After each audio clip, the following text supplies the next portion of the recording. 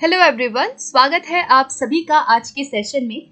आज का सेशन बहुत इम्पॉर्टेंट है और यहाँ पर हम डिस्कस करने वाले हैं लिटरेरी टर्म्स में ड्रामा से related top 30 important questions.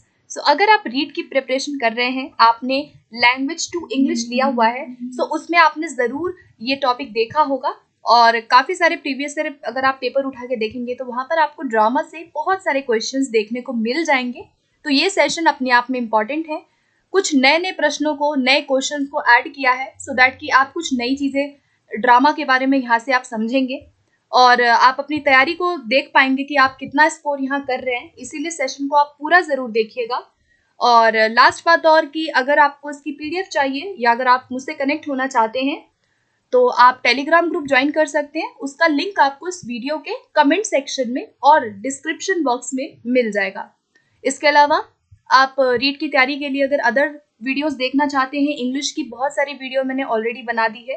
Question के अगर आपको प्रैक्टिस सेट करना है तो उसकी आपको प्लेलिस्ट का लिंक, आपको सभी का लिंक डिस्क्रिप्शन में मिल जाएगा। ठीक है, तो एक बार आप लोग सभी चेकआउट जरूर करना जो पहली बार चैनल पे अभी आए हैं। ठीक है, तो अब हम अपने सेशन को स्टार्ट करते हैं। बिल्कुल भी मिस मत कीजिएगा, पूरे क्वेश्चंस करिएगा एंड अपने मार्क्स आप जरूर यहाँ पे मुझे बताइएगा लास्ट में। ठीक है, तो स्टार्ट करते हैं सेशन को फर्स्ट क्वेश्चन से। फर्स्ट क्वेश्चन आता है, how is drama different from other kinds of fiction. अब देखो, आपको बहुत ध्यान से क्वेश्चन को पढ़ना है, मैं सीधा आंसर पे आऊंगी। ठीक है, आपको वीडियो को पॉज करके एक बार पढ़ लेना है। ठीक है, कि ये कह क्या रहा है। ड्रामा जो है वो अदर काइंड्स ऑफ फिक्शन से कैसे डिफरेंट है, तो आप एक बार खुद से इसको करिए, खुद से आप यहाँ पे अपना अनुमान लगाइए, उसके बाद हम थोड़ा सा इसको डिस्कस कर लेंगे। ठीक है, तो यहाँ पे ड्रामा जो है वो अदर काइंड्स ऑफ फिक्शन, जो अदर फिक्शन होते हैं उससे अलग क्यों, कैसे होता है, ड्रामा में क्या ऐसा अलग है। तो इसका जो राइट आंसर बनेगा, फाइनली मैं सीधा राइट आंसर पे आती हूँ। ठीक है, तो इसका जो सही जवाब बनेगा वो बनेगा option number D. Drama is written to be performed by actors for an audience. Drama ही एक ऐसा लिटरेरी टर्म है, आपका एक जो है लिटरेचर का पार्ट है जो कि लिखा इसलिए जाता है जिसको कि किया जा सके, परफॉर्म किया जा सके। तो यहाँ पर क्या किया जाता है कि इसको परफॉर्म किया जाता है फॉर ऑडियंस। तो इसीलिए यहाँ पर ये other fiction, other kinds of जो लिटरेचर है उनसे क्या होता है, ड्रामा अलग होता है। ठीक है, ऐसा नहीं है कि ड्रामा में केवल वन सेटिंग है, ड्रामा में केवल एक सेटिंग नहीं होता है। सेटिंग का मतलब क्या होता है, जैसे कि जो सीन है या जो फिल्म में आप देखोगे प्लेस है या कोई भी आपका पीछे जो एक सीन दिखाया जा रहा है, तो सेटिंग अलग अलग होती है ड्रामा में। ठीक है, और ड्रामा का प्लॉट होता है, ये बिल्कुल ठीक है, लेकिन अदर फिक्शन में मोनोलॉग का यूज होता है, ये बात भी गलत है। तो इसलिए यहाँ पे हमारा डी ऑप्शन बिल्कुल राइट आंसर हो जाएगा। अगले क्वेश्चन की ओर चलते हैं। अब क्वेश्चन 2 है, how an actor dresses to express the personality, era and type of character that is being portrayed is called the। अब यहाँ पे ध्यान से आप इसको पढ़िएगा कि यहाँ क्या कहा जा रहा है। How an actor dresses to express the personality, अब यहीं पे आपको आंसर मिल जाएगा। प्रॉप्स होगा, प्रोपेगेंडा होगा, यहाँ पे कॉस्ट्यूम होगा या कॉस्ट्यूमरी होगा। तो यहाँ पर राइट आंसर क्या है कि हाउ एन एक्टर ड्रेसेस, जब एक्टर अपने आप को ड्रेस कर लेते हैं ताकि वो अपनी पर्सनालिटी को क्या कर सके, वहाँ पे एक्सप्रेस भी करते हैं। जैसे आप देखोगे कि जैसे कि मान लीजिए अगर मैं बात करूँ रामायण की, तो वहाँ पर श्री राम का जो कैरेक्टर था या जो श्री राम थे, भगवान श्री राम थे, उनका कॉस्ट्यूम आप देखेंगे बहुत अलग था। वो ड्रेसेस कैसे, उनका ड्रेस कैसा था, जैसे वो है, ठीक है, शांत एंड बिल्कुल सिंपल। और रावण का अगर आप कॉस्ट्यूम देखेंगे तो उनका कॉस्ट्यूम बहुत अलग था, है ना। तो यानी कि एक ड्रामा में जो ड्रेसेस है वो एक पर्सनालिटी को कहीं ना कहीं एक्सप्रेस करता है, एक एरा को एक्सप्रेस करता है। तो यहाँ पर क्या राइट आंसर बनेगा, कॉस्ट्यूम। जो कॉस्ट्यूम होता है वो एक एक्टर की जो पर्सनालिटी है उसको कहीं ना कहीं रिवील करता है। तो यहाँ पे option number C will be right answer. Okay, next question की तरफ चलते हैं। अब क्वेश्चन नंबर 3 आता है, ट्रेजेडी। ट्रेजेडी क्या होती है, a drama that ends in catastrophe, a humorous scene, an association to another story, history or even memories, personality or attitudes in sharp contrast to those of another character।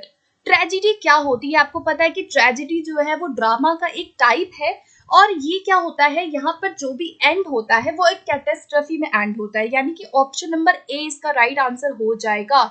यानी कि जो ending है वो बहुत ज्यादा अच्छी नहीं होती है, या तो कोई ट्रेजेडी हो जाए या किसी की मृत्यु या कुछ ना कुछ बैड चीज जो होती है या कुछ विनाश दिखाने वाला, मतलब कि खुश हैप्पी एंडिंग नहीं होती है, तो वो ट्रेजेडी में आ जाता है। ठीक है, यानी कि ऑप्शन नंबर ए इसका बिल्कुल राइट आंसर हो जाएगा। अगला देखते हैं, क्वेश्चन नंबर 4 आता है ड्रामेटिक कन्वेंशंस। अब आपको बताना है कि ड्रामेटिक कन्वेंशंस क्या होते हैं। ठीक है, फर्स्ट है devices that theatre audiences accept as realistic, a speech when a character is alone on stage, a drama that ends in catastrophe, या फिर a humorous scene. Dramatic conventions का क्या मतलब होता है? सो सही जवाब इसका जो बनेगा वो बनेगा ऑप्शन नंबर ए। ड्रामेटिक कन्वेंशन जो है वो एक ऐसी टेक्निक है, एक ऐसा डिवाइस है जो कहीं ना कहीं ऑडियंस को एक इमोशनली कनेक्ट करता है उस ड्रामा से। ठीक है, तो यहाँ पर ऑप्शन नंबर ए बिल्कुल राइट आंसर हो जाएगा। यानी कि जैसे जैसे आप कोई मूवी देखते हैं, जैसे जैसे आप कोई चीज ड्रामा देखते हैं या थिएटर देखते हैं, तो वहां पर जो भी एक्ट है, जो सीन है, जो प्लॉट है, उससे आप कहीं ना कहीं अपने आप को क्या करते हैं, रिलेट कर पाते हैं, तो उसे हम एक तरह से ड्रामेटिक कन्वेंशंस कह सकते हैं। ठीक है, तो ऑप्शन नंबर ए इसका राइट आंसर हो जाएगा। अगला क्वेश्चन देखते हैं, क्वेश्चन नंबर 5 आता है मोनोलॉग। मोनोलॉग क्या होता है, फटाफट से देखेंगे ऑप्शंस को, बहुत इंपॉर्टेंट क्वेश्चन है। मोनोलॉग क्या है? कैरेक्टर्स रिमार्क टू ऑडियंस और another character others on stage can not hear it, lengthy conversation to other characters on stage, unrhymed iambic pentameter, या फिर rhymed pair of lines. So monologue जो है क्या वो पेयर ऑफ लाइन्स है? नहीं होगी। पेंटामीटर में लिखी जाती है, ये भी नहीं है। दो ऑप्शन बचे, तो यहाँ पे राइट आंसर बनेगा option number B, a lengthy conversation to other characters on stage. यानी कि मोनोलॉग क्या है, जिसको एक सिंगल कैरेक्टर जो है वो बोलता है, अपनी जो भाव है उसको व्यक्त करता है, जिसे अदर कैरेक्टर्स जो है स्टेज पे वो सुन सकते हैं। तो यहाँ पर option number B will be right answer. Next question देखते हैं अब हम, क्वेश्चन नंबर 6 आता है कुपलेट क्या होता है? कुपलेट आपको बताना है, तो कुपलेट आप फटाफट से ऑप्शन देखेंगे। कैरेक्टर्स रिमार्क टू ऑडियंस और another character others on stage can not hear it, unrhymed iambic pentameter होता है, राइम्ड पेयर ऑफ लाइन्स हैं, या फिर ideas placed side by side है। तो कुपलेट आपने पढ़ा होगा, जिसकी कितनी लाइनें होती हैं? 2 लाइन्स होती हैं कुपलेट। अगर आप सोनेट्स देखोगे तो वहां पर 2 लाइन्स की आपको कुपलेट मिल जाएगी।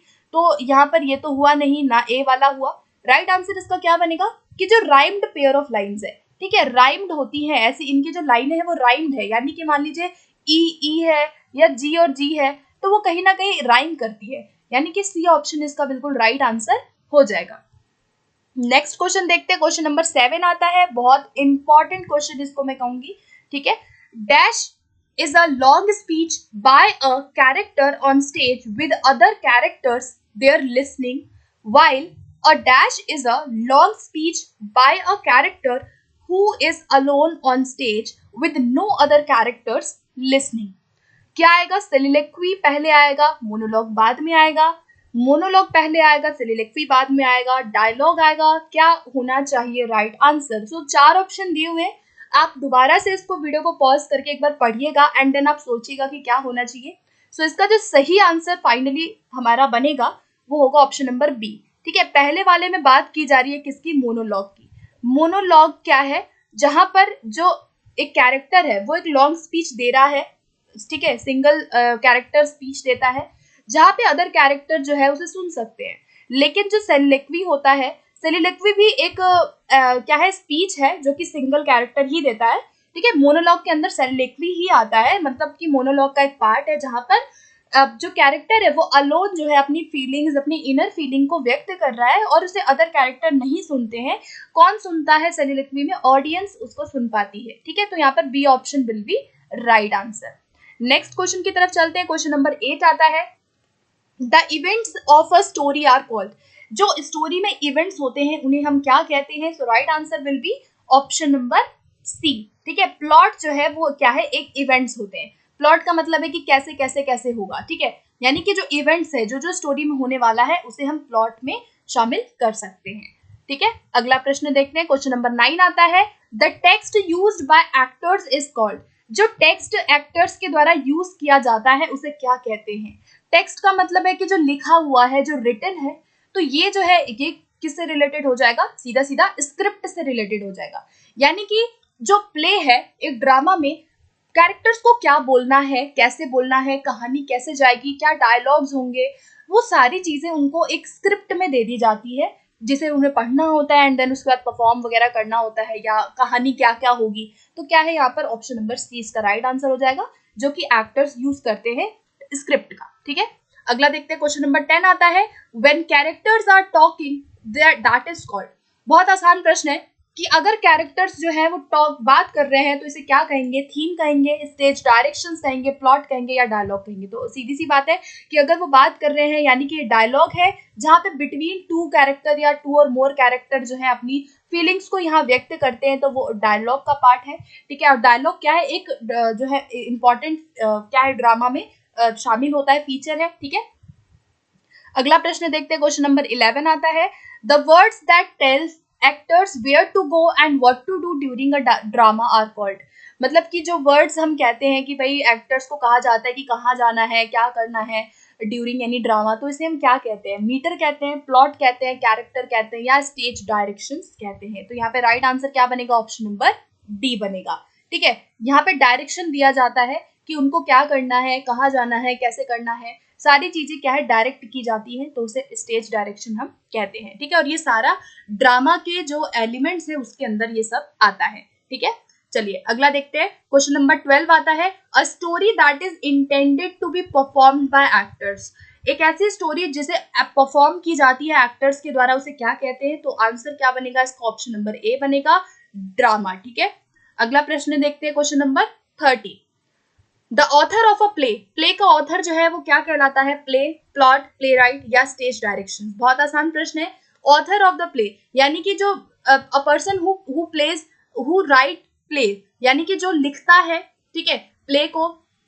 A person who rights play क्या हो जाएगा? प्ले राइट हो जाएगा। ठीक है, मतलब कि ऐसा पर्सन जो प्ले लिख रहा है उसे प्ले राइट कहते हैं, उसे हम एक तरह से ड्रामेटिस्ट भी कहते हैं। ठीक है, और एक प्रश्न ऐसा आता है कि भाई a person who seize the play, यानी कि जो पर्सन प्ले को देख रहा है उसे हम क्या कहते हैं? स्पेक्टेटर कहते हैं, उसे हम ऑडियंस भी कहते हैं। ठीक है, अगर बहुत सारे लोग हैं और वो प्ले देख रहे हैं तो उन्हें हम स्पेक्टेटर्स भी कह सकते हैं और उन्हें हम ऑडियंस भी कह सकते हैं। ठीक है, तो ये बातें आपको सारी याद रखनी है। चलिए अगला प्रश्न देखते हैं। क्वेश्चन नंबर 14 आता है, a text that has everything needed to perform a drama including dialogue and stage directions. क्या आना चाहिए यहाँ पर? स्टेज डायरेक्शंस आएगा, स्क्रिप्ट आएगा, प्ले आएगा, या सीन आएगा? A text that has everything needed to perform a drama including dialogue and stage directions. एक ऐसा टेक्स्ट जहां पर डायलॉग भी बताए गए हैं, स्टेज डायरेक्शन भी बोली गई हैं। तो हमने अभी थोड़ी देर पहले इसको ऐसा ही क्वेश्चन डिस्कस किया था, जहां पे हमने बात की थी कि ये सारी चीजें किस में होती है? स्क्रिप्ट में होती है, कि क्या कैसे होगा, क्या डायलॉग होंगे। तो वो एक किसका पार्ट होता है? किसी भी कहानी में, किसी भी फिल्म में स्क्रिप्ट का पार्ट होता है। ठीक है, तो यहाँ पे B option will be right answer. Next question देखते हैं। नेक्स्ट क्वेश्चन आता है, a large section of a drama each one consist of at least 2 scenes. यहाँ पे है कि लार्ज सेक्शन ऑफ ड्रामा क्या कहलाता है? ठीक है, लार्ज सेक्शन की जब हम बात करते हैं तो उसे हम क्या कहते हैं? उसे हम कहते हैं एक्ट। ठीक है, एक्ट जो है वो लार्ज सेक्शन होता है ड्रामा का, जो कि आगे किस में डिवाइड हो जाता है? सीन में डिवाइड हो जाता है। ठीक है, तो यहाँ पे ए ऑप्शन बिल्कुल राइट हो जाएगा। अगला क्वेश्चन देखते हैं। क्वेश्चन नंबर 16 है, ध्यान से इसको देखिएगा। A small section of a play, each one usually takes place in a specific time and location. Dialogue होगा, कॉमेडी होगा, एक्ट होगा, या सीन होगा? अभी हमने डिस्कस किया था थोड़ी देर पहले, अ large section. Large section play या ड्रामा में क्या होता है? एक्ट होता है। और जब हम एक्ट को डिवाइड कर देते हैं छोटा, तो वो किसमें हमारा कन्वर्ट हो जाता है? सीन्स में। तो यहाँ पर जो स्मॉल सेक्शन होगा प्ले का, उसे हम क्या कहेंगे? सीन कहेंगे। ठीक है, यानी कि ड्रामा में एक्ट को आगे डिवाइड किया जाता है छोटे छोटे किसमें? सीन्स में। ठीक है, और एक्ट क्या है? वो एक्ट जो है बड़े सेक्शंस होते हैं जिसमें हम प्ले को दिखाते हैं या हम उसको जो है इंट्रोड्यूस करते हैं। ठीक है, तो यहाँ पर option number D will be right answer. Next question देखते हैं, क्वेश्चन नंबर 17 आता है, प्लॉट क्या होता है वो बताना है आपको। Lines in a play that the speaker that the actors speak the sequence of events in a play, the time and place of the play, या फिर the message of the play. जो प्लॉट होता है उसे हम क्या कहते हैं, द सीक्वेंस और इवेंट्स। ठीक है, हमने डिस्कस कर लिया प्लॉट जो है जिसे हम ड्रामेटिक स्ट्रक्चर भी कह सकते हैं, जहां पर जो भी इवेंट्स हैं प्ले में या तो सीक्वेंस होगा इवेंट्स स्टोरी का वो दिखाया जाता है। तो यहाँ पे 20 का राइट हो जाएगा। अगला क्वेश्चन देखते हैं, क्वेश्चन नंबर 18 है, the major sections of a play. क्या होगा भी मेजर सेक्शन प्ले का, किसे कहते हैं, एक्ट्स को कहेंगे, सीन को कहेंगे, ड्रामा को कहेंगे, या स्क्रिप्ट को कहेंगे। The major sections of a play, play में जो मेजर सेक्शंस होते हैं उसे हम क्या कहते हैं। अभी हमने थोड़ी देर पहले ऐसे एक प्रश्न डिस्कस किया था, ठीक है, जहां पर जो क्वेश्चन था वो लार्ज सेक्शन था, यहाँ पे आपसे पूछा गया है मेजर सेक्शंस, तो सेम बात है, एक्ट्स यहाँ पे हमारा राइट आंसर हो जाएगा। ठीक है, option number A will be right. अगला प्रश्न देखते हैं, क्वेश्चन नंबर 19 है, items used on stage to help actors tell a story. यानी कि आपको बताना है कि वो आइटम जो कि यूज किया जाता है स्टेज पे to help actors to tell a story, flats, sets, props या फिर कॉस्ट्यूम्स। तो यहाँ पे बात किसकी की गई है, आइटम्स की बात की गई है। जब एक प्ले हो रहा है या एक ड्रामा अगर है, तो ड्रामा में जो भी आइटम हम यूज करते हैं स्टेज पे ड्यूरिंग कोई भी स्टेज वहां पे हो रहा है, पूरा सीन हो रहा है, तो वहां पर हम क्या यूज करते हैं, डिफरेंट डिफरेंट प्रॉप्स का यूज करते हैं। ठीक है, ऑप्शन नंबर 30 का राइट आंसर हो जाएगा।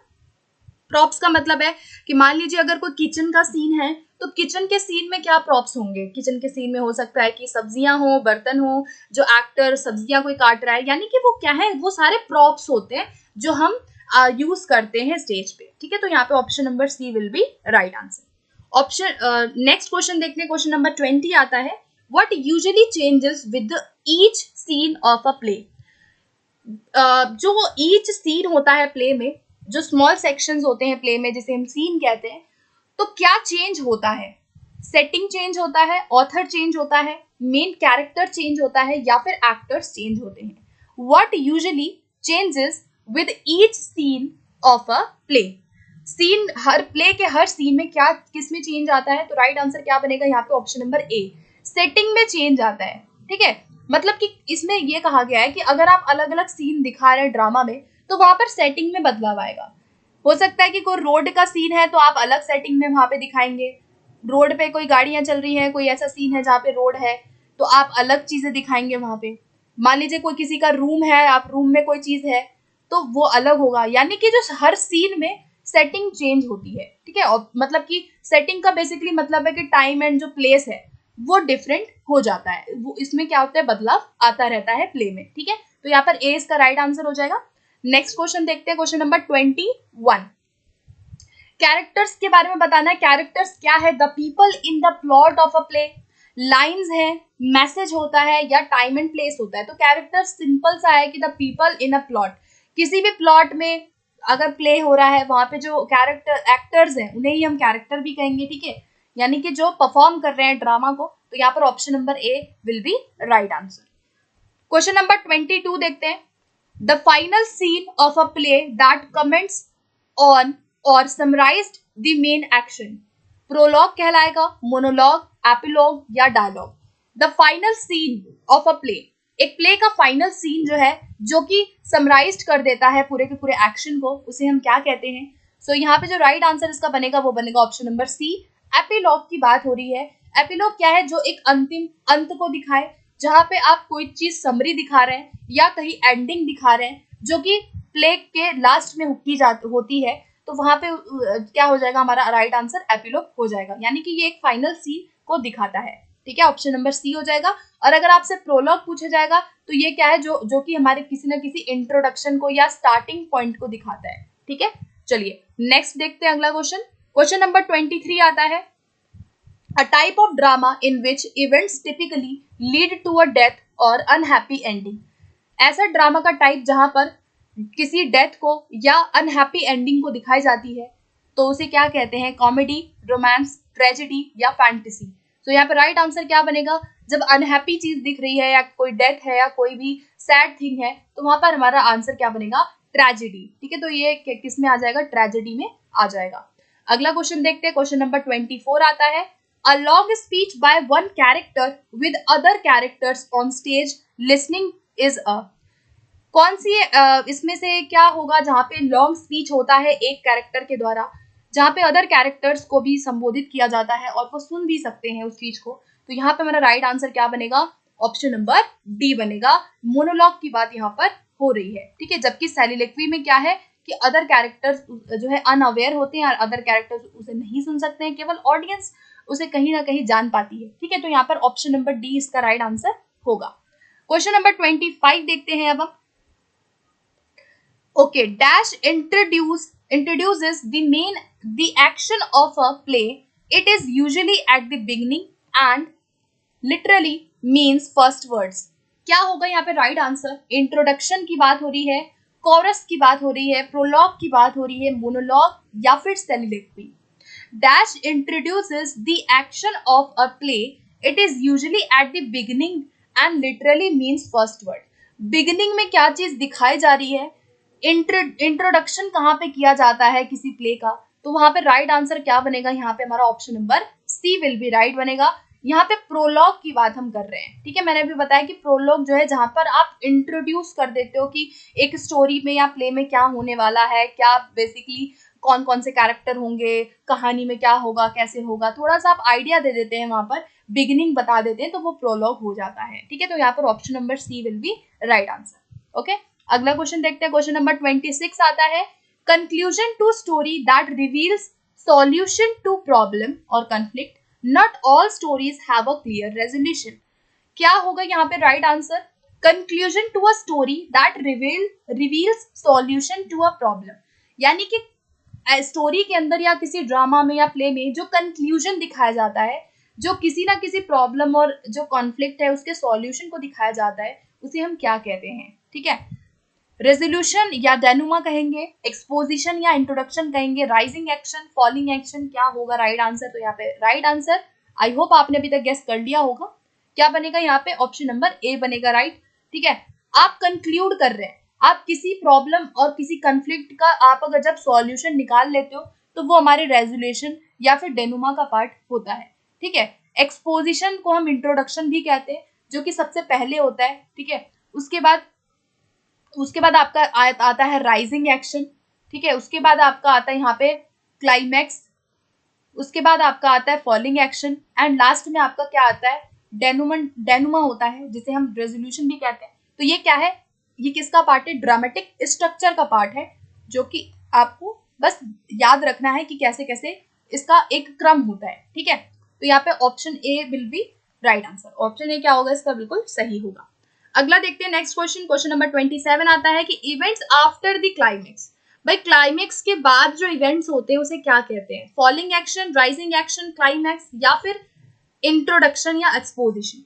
सो हमने अभी डिस्कस किया कि क्लाइमैक्स जब हो जाता है, मैंने अभी बताया था कि यहाँ पे सबसे पहले आपका क्या होता है, एक्सपोजिशन होता है। ठीक है, एक्सपोजिशन, उसके बाद यहाँ पे क्या आता है आपका राइजिंग एक्शन, उसके बाद यहाँ क्या आता है आपका क्लाइमैक्स। क्लाइमैक्स के बाद मैंने क्या अभी डिस्कस किया था, जहां पे आपका क्या आ रहा है, फॉल हो रहा है, फॉलिंग एक्शन आ रहा है, यानी कि राइट आंसर क्या बना, ऑप्शन नंबर ए बना। और सबसे एंड में क्या आता है हमारा, डेनुमा होता है। ठीक है, तो ये क्या है, ड्रामेटिक स्ट्रक्चर है, और क्लाइमेक्स के बाद जो इवेंट होते हैं उसे हम क्या कहते हैं, फॉलिंग एक्शन कहते हैं। ठीक है, अगला प्रश्न देखते हैं, क्वेश्चन नंबर 28 क्वेश्चन है, part of the story that develops problem और conflict through a series of events that builds interest and और सस्पेंस। भाई स्टोरी के पार्ट में जो कि किसी प्रॉब्लम और कंफ्लिक्ट को डेवलप करता है। ठीक है, ध्यान से समझना, इस क्वेश्चन में क्या कहा गया है कि part of a story that develops problem और कंफ्लिक्ट, स्टोरी का वह पार्ट जो कि प्रॉब्लम को और कंफ्लिक्ट को डेवलप करता है, यानी कि आपका कोई कंफ्लिक्ट है उसको डेवलप कर रहा है। तो यहाँ पर जो राइट आंसर बनेगा, डेनुमा तो होगा नहीं क्योंकि ये तो एंडिंग को दिखाता है। ठीक है, तो ये तो नहीं हुआ, फॉलिंग एक्शन भी नहीं होगा, बचे दो ऑप्शन, तो यहाँ पे राइजिंग एक्शन यहाँ पे सही आंसर हमारा बनेगा। ठीक है, यानी कि जैसे मान लीजिए कोई स्टोरी यहाँ चल रही है, तो जो राइजिंग एक्शन होता है, राइजिंग एक्शन से कैसे कैसे जाता है, यहाँ पर इसके बाद क्या होता है, कन्फ्लिक्ट होता है, ठीक है, जहां पे चेंज आता है। तो यहाँ पे राइट आंसर क्या बनेगा, ऑप्शन नंबर डी बनेगा, ठीक है, जो कि किसी ना किसी प्रॉब्लम को धीरे धीरे राइजिंग एक्शन क्या करता है, डेवलप करता है, कन्फ्लिक्ट को, ठीक है। चलिए नेक्स्ट क्वेश्चन देखते हैं अब हम। क्वेश्चन नंबर 29 आता है, ड्रामेटिक आयरनी का मतलब क्या होता है। फर्स्ट ऑप्शन पढ़ लो, ठीक है, सारे ऑप्शन एक बार आप ध्यान से इसको पढ़िएगा। ड्रामेटिक आयरनी का मतलब क्या होता है कि character who is used as a contrast to another character, writer sets off या intensifies the qualities of two character this way, humor added that lessens the seriousness of a plot, the audience or reader knows something important that a character in a play or story does not know, या फिर to consecutive lines of poetry. देखो poetry तो होगा नहीं, यहाँ पर poetry की बात हो गई तो डी वाला तो हुआ नहीं, बच्चे तीन ऑप्शन। अब आपको यहाँ पे चूज करना है कि ड्रामेटिक आयरनी क्या होती है ड्रामा के अंदर। तो यहाँ पे राइट आंसर पे मैं सीधा आती हूँ, राइट आंसर बनेगा यहाँ पर ऑप्शन नंबर हमारा सी।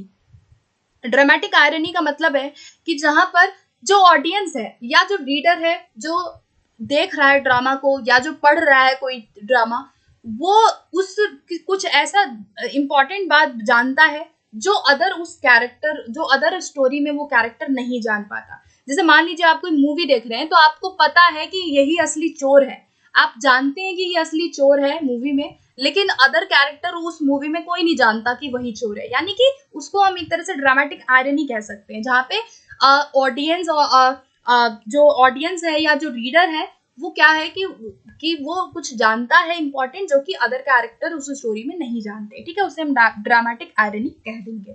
चलिए लास्ट क्वेश्चन आज का हम देखेंगे, उसके बाद हम सेशन को एंड करेंगे। Lines that are spoke by a character directly to the audience.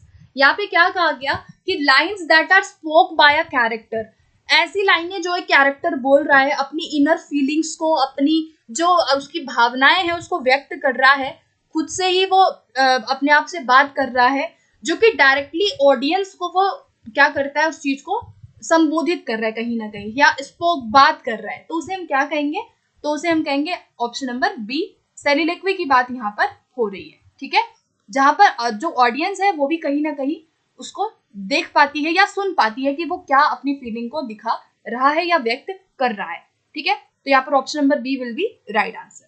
So guys यहाँ पे हमारे 30 क्वेश्चन अब कंप्लीट होते हैं। आई होप आपको आज का सेशन अच्छा लगा होगा, अपने मार्क्स आप लोग जरूर बताइएगा एंड फीडबैक जरूर दिया करें। आप पहली बार चैनल पर हैं तो चैनल को प्लीज सब्सक्राइब कीजिए, शेयर कीजिए, वीडियो को अच्छी लगती है लाइक कीजिए, कमेंट में बताइए एंड आपका फीडबैक बहुत इंपॉर्टेंट होता है मेरे लिए।